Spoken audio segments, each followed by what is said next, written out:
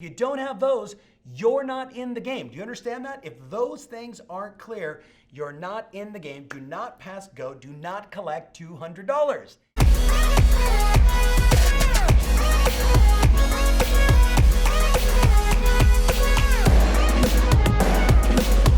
Hey, welcome to the Tom Ferry Show. I've got two big questions for you. With the market absolutely speeding up, the interest rates normalizing, buyer demand being strong, here's what I know. Question number one, do you want to be in this market the one that's writing offers or the one that's receiving offers? Let me give it to you again. In this market, do you want to be writing offers in a $250,000, $300,000, $500,000, $800,000 frenzied market? Or do you want to be the gal? Do you want to be the guy who's receiving the offers and then sitting down with your seller and saying, let's take a look at what we have? My friend, it's a very simple question, but what it really begs is this. How do you become more listing dominant? How do you become more listing dominant? Now, whether you're a brand new agent or you're a 35 or 40 year veteran, there are some fundamental things that we know to be true that when you implement them, and I want to make a quick note here, when you go from, hey, that's common sense, to common practice. Common sense to common practice. That's the game. Like, you know you should do it, and now you finally do it. This is what I know. The question I wrote down for you again, how do we become listing dominant? Number one, how many listings did you take in 2018, 2017, 2016? And then what sources did they come from? How many listings did you take last year and the year before? 5, 7, 18, 22, 107. And then what sources did they come from? Why does that matter? I want to know what got me here and how we can exploit it, how we can do more, how we can do it better, as an example. And then you want to look at the obvious question is, what are the other sources I can add in? Now, we've done countless shows on this subject, so I'm not going to just go back through it all again. I'm going to remind you what got you here is going to certainly help, but it's not going to get you to the next level. So what sources work? What have I done so far? What have I done so far this year? And then what do I need to add in terms of new listing concentration to win? The second question I wrote down is, do you have a goal up in visual? How many times on the Tom Ferry Show have we discussed, you got to get that wildly important goal, right? I want to send my kids to college. I want to save X amount of money. I want to, lose weight, whatever it may be. You got to get it up in visual, and you have to start tracking and measuring it. We know that once you establish the goal, I want to take 25 listings this year, between now and the end of the year, that's my number. And then all of a sudden you write up 25, 24, 23, 22, all the way down to 20, to 1. Now all of a sudden that visual target, right? That concentration kicks in instantaneously. What do we know? When you get it up in visual, you get a lift in your performance. When you begin to track and measure, you get a serious lift in performance. At the end of the day, that's what this is all about. Then I wrote down, obviously the last question is, what is your monthly marketing plan? Now again, we've gone in depth on this on the Tom Ferry Show. So I'm recapping this before I get to the real point I want to get to. Ready? How many listings you take? What sources? Do you have a goal? Is it up in visual? If you don't have those, you're not in the game. Do you understand that? If those things aren't clear, you're not in the game. Do not pass go. Do not collect $200. Common sense to common practice. Then, what's your monthly marketing plan? What are you going to do with your database? What are you going to do with your farm? How many open houses? I've got 2 CEOs I'm working with right now that will complete in the month of April 400 to 500 open houses a weekend. They've completely operationalized their entire companies. Big shout out to Berkshire Hathaway Georgia Properties and BH&G Rand Realty in New York and New Jersey. They've completely operationalized around it. And what are they doing? They're sucking every possible buyer out of the market and every person that needs to sell a house before they buy the next one out of the marketplace. We know it's a no-brainer. Obviously, on your monthly marketing plan, are you focusing on expireds, cancels, withdrawn, and other sources? The point is, it's got to be up and visual so you know exactly what you're concentrating on. So that's the foundation. You know that. You want to receive more offers, those things have got to be in place. You want to be listing dominant, those things have to be in place. Now, here's what I want to talk to you about. You ready? I wrote down 2 actions and 1 script. So if I was sitting with you one-on-one right now, Like I've done recently with a couple, not my personal clients, but people that have called me and said, Tom, I need a little lift. I need to go to the next level. What do you recommend? Instagram, Facebook, people I just know who just text me. I say, look, two things. Number one, if you haven't blocked out time in your schedule to prospect, it's never going to happen. So this is what I know. It's the illusion of choice. If you can complete 4 to 6 prospecting sessions of the 10 obvious prospecting sessions every week, 4 to 6, you're going to do amazing. But if I don't see in your schedule 9 to 11, Monday through Friday, that's 5, 4 to 6, Monday through Friday, that's 10. If I don't see those in your calendar, they don't exist and they never get done. Look, we've been doing this for a long time. Whether you're brand new with me or you've been watching my videos since 2009, if it's not in your schedule, it doesn't exist and never gets done. You want to be listing dominant? Then I need to see in your calendar those 10 prospecting sessions, and you need some accountability around completing 4 to 6 of them every single week. You know what happens every time you get on the phone, you shake the tree and somewhere an apple falls. And you know what I mean metaphorically? You make your phone calls and some people are just a yes, some people are lead follow-up and you're nurturing them, some people are a no, it doesn't make a difference. You can make 25 calls, talk to 7 people, get 7 no's in a row, and then ding, your phone goes off and it's a come list me call. That is the magic you got to keep alive in your business if you want to be listing dominant. Now, when we're making those phone calls, we know we're focusing on getting sellers, finding the opportunities to get the listing, to receive the offers, not be the one that's fighting to try and get your offer accepted. Remember the focus. Second thing I wrote down, again, very simple. We've got to get the goal up and visual. Take a look at this photo right here. So in 2017, one of our now rockstar, amazing coaches and longtime clients, Jason Ferriss, Jason sat down with his coach and said, I want to create a massive listing breakthrough. His coach said, okay, what did you do the year before? What's the goal? What are the sources? Let's get it up and visual. The same exact advice I'm giving you right now. Now you can see there, he had a goal of 225 listing appointments in 1 year. Now you might be saying, oh my goodness, Tom, 225 appointments, that is so outside of my comfort zone. Maybe it's 70, maybe it's 50, maybe it's 105. Now as you see with the numbers, ready? He only ended up going on 205. Only 205 listing appointments. He's in Fresno, California. He would say Fres, yes. Fresno, California, we're not talking about a booming, New York City, Philadelphia, Miami, Chicago. We're talking about a nice, beautiful place to live, right? Very moderate sales prices, hard work, roll up your sleeves, get it in your calendar, make your phone calls, put your focus on it, get that visual up in front of you. He failed miserably and only got 205 appointments. 17 of the appointments ended up canceling on him.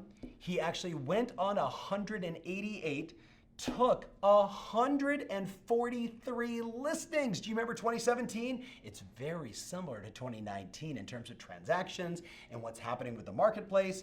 7 of those people chose another agent and 38 didn't list that year. Now, you and I both know, if we had Jason right here, and by the way, Jason is a great coach, he's a great client, he's an amazing business person, he's spoken on stage at the summit. Remember, he's the guy that lost 100 plus pounds, extraordinary human being, right? He said to me, Tom, when I put that visual goal up inside my office, everybody in the office saw it. And when everybody in the office sees the goal, right? I mean, all your peers, all your buddies, your broker, the mortgage gal, your title rep, when they all see it, you're only going to get 1 of 3 responses. Some people just go, whatever, they're just, right, all the time. Some people go, yeah, let's go. You can do this. This is awesome. How can I support? Man, I got to do the same thing.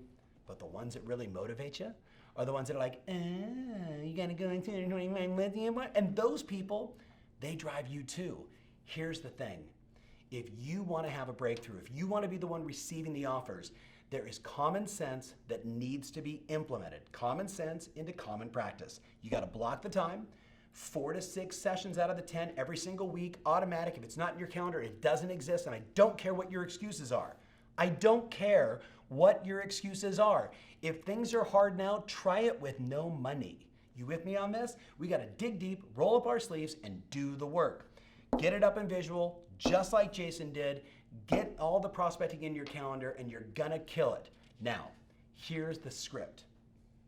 What I know right now is between 80 and 100 times a month. If you're relatively social, if you're doing a couple open houses, if you're making your phone calls, if you're out and about, if you go watch your kid play soccer or baseball or sports, or you're just out socially with friends, people are going to say the same question to you over and over and over again. And what's the question? What's the question you get all the time? Hey, how's the market? Now, my question for you is, when they ask that, do you know the world famous script that I wrote in 2009, right? The obvious script. And I was just in Chicago. I was just in London. It doesn't matter where I go. I say to people, what do you say when people say, how's the market? This is what I get. Great! Which could be the stupidest thing on the planet to say to somebody. Somebody's asking you for information on what's happening in the market, and your answer is great? Really? What if I'm an FHA or I'm a buyer in a low-end price range today, or I'm a seller in a really high-end where the market is just bloated with listings? Is the market great for me, or are you saying the market's great for you? We know the right answer is, hey, it really depends. Are you looking to buy, sell, invest, or rent? Because in our market, each one of those are very different. Which part of the market are you interested in? It depends. Are you looking to buy, sell, invest, or rent? In our market, each one of those are very different right now. Which part of the market are you interested in? By saying that 80, 90, 100 times a month, do you think there's a chance you're going to run into some opportunities? You and I both know the answer is yes. Now, some people are clearly just going to ask you because they just want to know generally, like, hey, what's going on? But when they're asking that, what are they really saying? What's the value of my home? What's the value of my mother-in-law's home that I'm thinking about selling? Hey, my kids are trying to get into the marketplace, or my friend just told me they were trying to buy and said it was really hard. There's always something behind that they're asking. So we always want to ask the obvious next question, which is, so tell me, what part of the market are you interested in?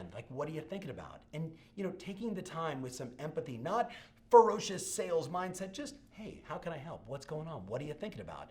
Let them talk, let them share, right? Maybe they just say, hey, I'm just kind of curious, right? We're just friends. I'm just being polite, right? That can happen. Regardless of what they say, there are 4 to 5 questions that when you ask these questions, you prove to myself and you that you truly are committed to becoming listing dominant, because the listing dominant agents, everyone I've met, are Nuno Gomes in Portugal, right? In Lisbon, right? He's asking these questions in Portuguese. The best agents in Miami are asking these questions, and because you've been watching the Tom Ferry Show, you should know the questions I'm about to lay on you. Question number 1, hey, have you guys had any thoughts of selling? Have you guys had any thoughts of selling? That question is so important. And you just shut up afterwards, and you just smile, and you nod. Hey, have you guys had any thoughts of selling? And you know what? You'll see sometimes like this, nah, wait, no, we love our house. Or you'll see this, which means they've been thinking about it. You know it, and I know it. That's why you don't want to jump in. You don't want to be too aggressive. You want to be soft. Hey, have you guys had any thoughts of selling? Smile, look at them, right? Look to both of them. What are you guys thinking? Have you ever had the experience where one's going like this and one's going like that, right? We've all seen this before, that moment of self-awareness when everything slows down and you're not just doing this, but instead you're just there to discover and to serve if possible, right? So you ask that first question. Then the question I love to ask, hey, are you living in your dream home now? Hey, are you living in your dream home now? Are you living in your dream home now? I don't care who you ask. 9 out of 10 times people are gonna say, no, I don't have enough bathrooms. I got too much square footage. My kids just left. My backyard's too big. I'm tired of the stairs. There's always gonna be something that's gonna cause people to say, no, of course I want something different. I want something better, right? Even if they've been there for a year or 30. Then, bonus question. Hey, at what price would you become a seller? At what price would you become a seller? Boy, I'll tell you, if I were you, that question I would ask every single person in my database. At what price would you become a seller? I would log it in my CRM. I would track it. It would just be something that is always on my mind. Hey, we spoke a year ago and you told me at $395 you'd be a seller. Good news, one just sold down the street at $355, and guess what? It's 800 square foot smaller than yours. It's that's what you're doing when you're truly being a knowledge broker. You know what their goal is, what they want. Now, I'm not saying they have to move or they want to move, but you gave them a question that they could answer. Hey, at 400, I'd move. My father-in-law, God bless his soul, right, passed away last year. If you asked him, right, his house in Anaheim, California, that he added on to, old school Italian World War II vet, he would tell me, Tom, if I could get 600,000, then the market improved to 600,000. He's like, I would get 700,000. He kept raising his number, but you know what? I don't care if you're talking to a brand new first-time home buyer or you're talking to my father-in-law who was there and paid off his mortgage 20 years ago. They're all thinking about it. They all have a number. Then the third question, do you know anybody who's thinking about selling? So I'm asking these questions. Hey, do you know anybody who's thinking about selling? And they're like, my brother-in-law's thinking about selling. Or hey, they're having twins. Or hey, you know what, their kid just went off to college, they're empty nesters. They're talking about getting a condo. If you ask the right questions, being listing dominant, you're gonna be the one that's receiving the offers, not writing the offers. And then the last question, do you know anybody who tried to sell and it didn't work out? Do you know anybody who tried to sell and it didn't work out? So the first question is, hey, how's the market? You know what to say now. You need to embed, I want you to tattoo it on your forehead, tattoo it on your arm. Like, it depends. Are you looking to buy, sell, invest, or rent? Each one of those are very different in the market. Which part of the market are you interested in? That needs to be automatic every day for you because you're getting it 70, 80, 90, 100 times a month. If you're relatively social, if you're prospecting more and you're talking to more people and you're doing lots of open houses, you could be getting it 150 times a month. That means people are prospecting you because something about your smiling eyes, your charisma, the trust you're putting out there, they're willing to ask you that question. They want to know your knowledge. You give them the right answer, you ask the open-ended question, and then you go through, have you had any thoughts of selling, right? Are you living in your dream home now? At what price would you guys become a seller? I mean, just play with me. At what price would you become a seller? Have fun with it. Do you know anybody who's thinking about selling? And do you know anybody who tried to sell in the past and it didn't work out? Now, a lot for you to think about because we talked about common sense to common practice plus some scripts and dialogues. I can't wait to read your comments. The thing I want more than anything else is how many listings do you want to take in the next 12 months? Put that in the comment and then get it up in visual like you saw with our wonderful coaching client and friend Jason Ferriss and so many others that have done the same. Get it up, get it visual. Common sense to common practice. Thanks so much for watching. Have a great day. Remember always your strategy matters and now more than ever, your ability to be listing dominant, that's what rules.